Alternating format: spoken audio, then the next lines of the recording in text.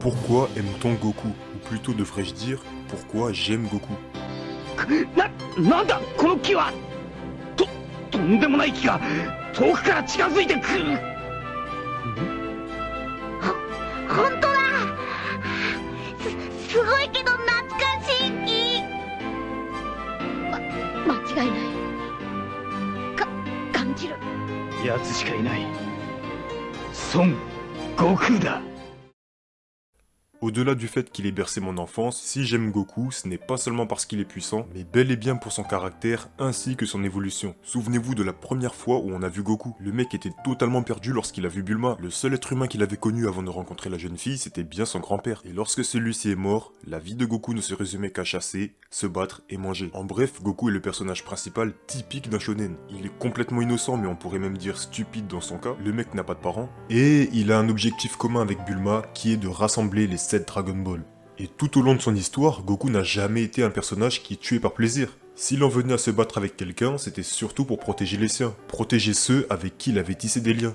Et même si lorsqu'on a découvert Goku, il était fort et naïf, sur son chemin il a croisé de nombreuses personnes qui étaient bien plus fortes que lui, lui faisant donc comprendre que aussi fort soit-il, il y aura toujours plus fort que lui. Et d'ailleurs ça c'est quelque chose qu'on a pu remarquer tout au long de l'évolution de Goku. À chaque fois que Goku a été dépassé, il a su se surpasser, arc après arc, antagoniste après antagoniste. Et au-delà de devenir de plus en plus puissant, le point le plus important est que Goku ne faisait que grandir et prendre en maturité. Si bien qu'à la fin de Dragon Ball, Goku se maria avec Chi-Chi. Désormais père de famille avec une femme et un enfant à protéger, Goku devra faire face à des menaces de plus en plus puissantes. Et oui, le premier adversaire de Goku dans Dragon Ball Z n'était autre que son grand frère, Raditz. Choqué par les révélations frappantes que lui faisait son frère, notamment sur sa famille et ses origines, Goku se mangea une raclée du siècle par son grand frère, apprenant dans la foulée les objectifs de celui-ci. Et là, on a eu affaire à un Goku mature qui a su prendre ses responsabilités, se sacrifiant alors pour protéger la Terre, la planète à laquelle il appartenait. Mais sa mort fut de courte durée, puisqu'après avoir été entraîné par Maître Kaio, Goku revint sur Terre pour aider ses compagnons. Et là, on avait affaire à un tout nouveau Goku. Un Goku complètement sûr de lui et confiant à l'idée d'affronter des adversaires encore plus forts que Raditz. Rappelez-vous de la façon dont il a humilié Nappa, c'était un truc de ouf. Et moi personnellement, c'est ce Goku là que j'aime. Dès que c'est tendu, tout est fini,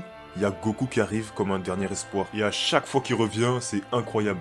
Il pue le badass, il humilie quelqu'un, il y a toujours une dinguerie. Et là, en l'occurrence, c'est Nappa qui en a payé les frais. Bon, à part ça, on a vu ce qui s'est passé avec Vegeta, c'était très serré, et Goku a sorti le Kaioken. Ce combat-là, ça a été un des meilleurs, si ce n'est même le meilleur de toute l'œuvre Dragon Ball. Un combat à mort opposant le prince des Saiyans face à un Saiyan de rang inférieur. Et là, on sentait qu'il y avait vraiment un enjeu. C'est pas comme dans Dragon Ball Super, dans DBZ, il y avait vraiment un enjeu. Tu sais que si Goku perd, c'en est fini de la Terre.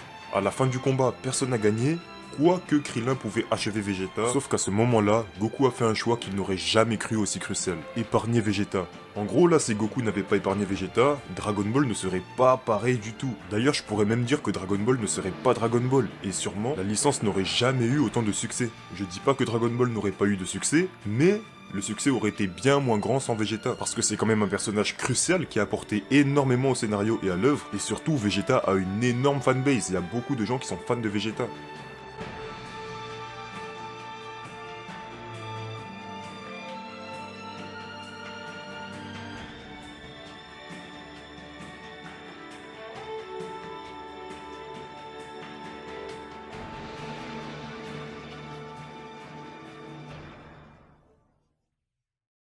Dans un état laborieux après son combat épique contre Vegeta, Goku fut guéri de ses blessures à l'aide des haricots magiques. Haricots qui lui serviront tout au long de sa vie pour lui permettre de se remettre miraculeusement de ses blessures. Une fois fait, Goku partit directement en direction de Namek pour aider ses compagnons. Et après un entraînement acharné dans le vaisseau, Goku arriva sur Namek plus fort que jamais. Là, encore une fois, Goku a frappé. Alors que Son Gohan, Krillin et Vegeta étaient totalement dépassés par le commando Ginyu, Goku arriva encore une fois comme le dernier espoir. Et cette fois-ci, ce n'est pas Nappa, mais bien Recoome qui en a payé les frais. Il a mangé son humiliation comme tout le monde. De toute façon, à chaque fois que Goku revient, il y a toujours un mec qui se fait froisser. Et là, Recoome en a payé les frais le premier et les autres ont suivi. Mais le seul problème, c'était contre Ginyu lui-même, puisque bien qu'étant bien plus fort que lui, Goku sortira quand même dans un très sale état. Et ça, non pas à cause du niveau de Ginyu, mais bien à cause de sa technique d'échange de corps. Et je rappelle qu'à ce moment-là, Goku était déjà pressenti par Vegeta comme étant le Super Saiyan de la légende. Donc rebelote, Goku partit encore en soins intensifs après son combat contre Ginyu.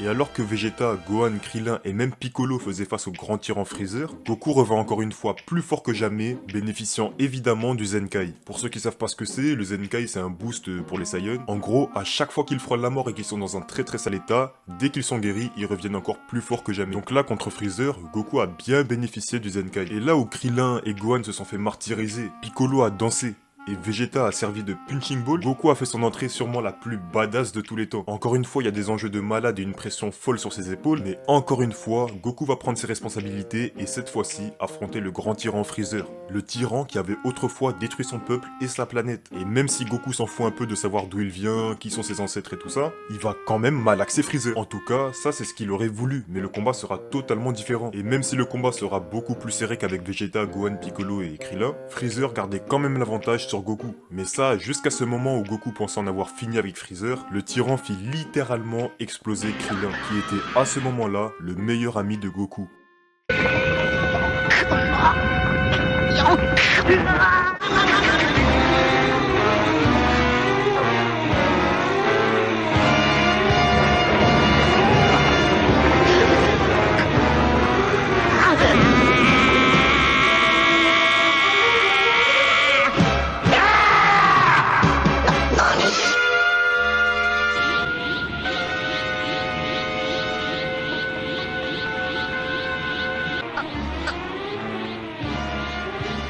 俺の理性がちょっとでも残ってるうちにとっとと帰るんだ。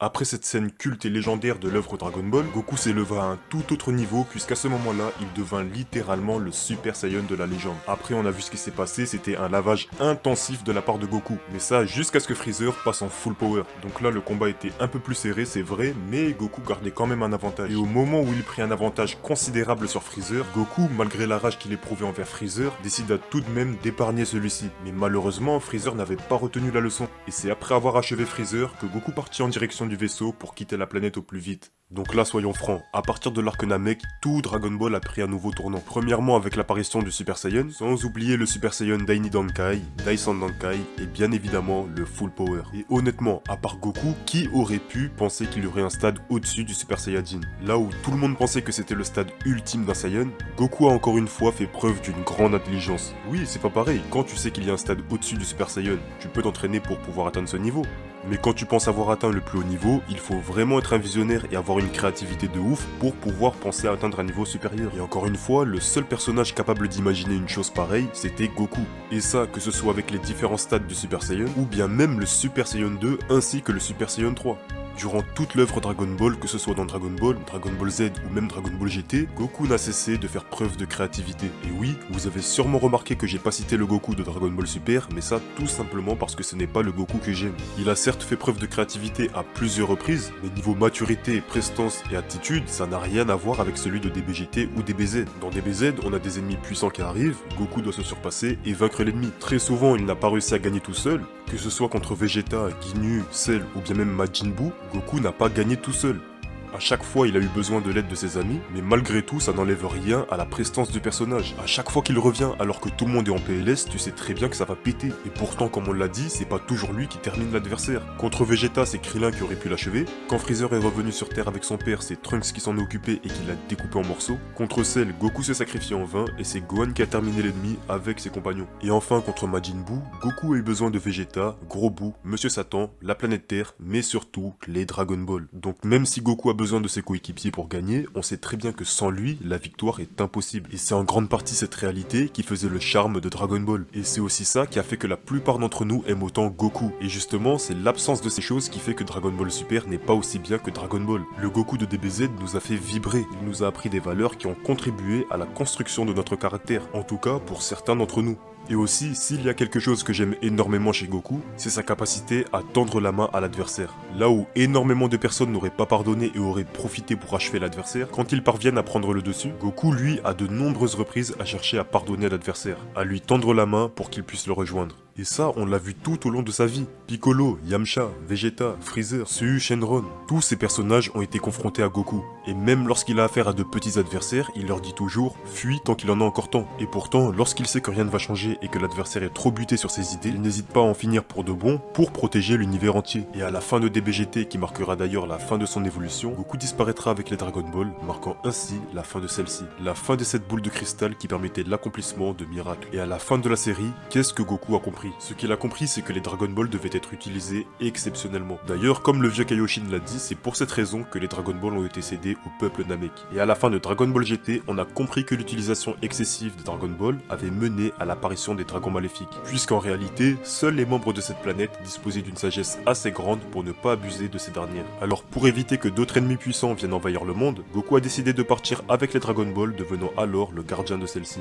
Et du coup, qu'est-ce que Goku aura accompli? Eh bien non seulement il aura à de nombreuses reprises sauvé l'univers, il deviendra aussi le personnage le plus puissant de celui-ci, il aura formé Oob, son disciple, qui était tout simplement la réincarnation de Majin Buu, et il permettra surtout à la planète Terre de vivre sans les Dragon Ball, de faire que tout revienne à la normale dans ce monde. Et c'est ainsi que l'évolution de Goku prit fin, en ayant commencé sa vie avec les Dragon Ball et en finissant sa vie terrestre avec. Voilà, c'est tout pour cette vidéo. Si vous avez aimé, n'oubliez pas de liker, donnez-moi votre avis en commentaire pour me dire pourquoi vous aimez Goku, abonnez-vous et activez la cloche pour ne rien rater, et moi je vous dis à la prochaine pour une nouvelle vidéo.